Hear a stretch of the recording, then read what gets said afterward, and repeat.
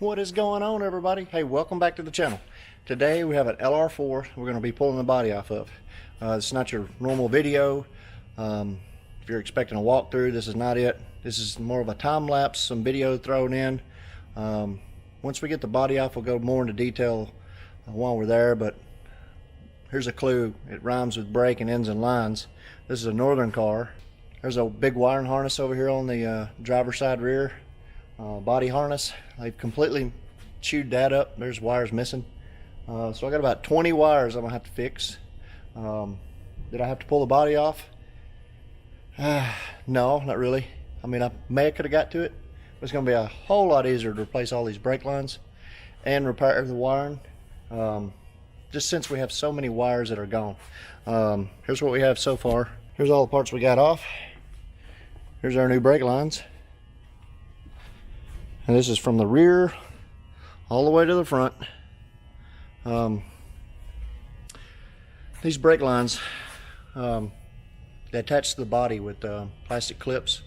And everywhere that brake line, it's non-coated brake line, wherever it snaps into position on the body, then it rusts right there. So I don't have one place that's leaking. They do offer a repair section for the brake line. I don't have one place that's leaking. I have several, as in 5 or 6 different places where this brake line is leaking. Multiple fault codes, park and brake fault codes, engine fault codes. We don't have any brakes. You can name it. So, hey, also for the subscriber giveaway, we're going to be giving away a snap-on beach towel. Don't forget that. I hit 100 subscribers. I'm going to give that sucker away, so don't miss out. So let's jump into pulling this body off.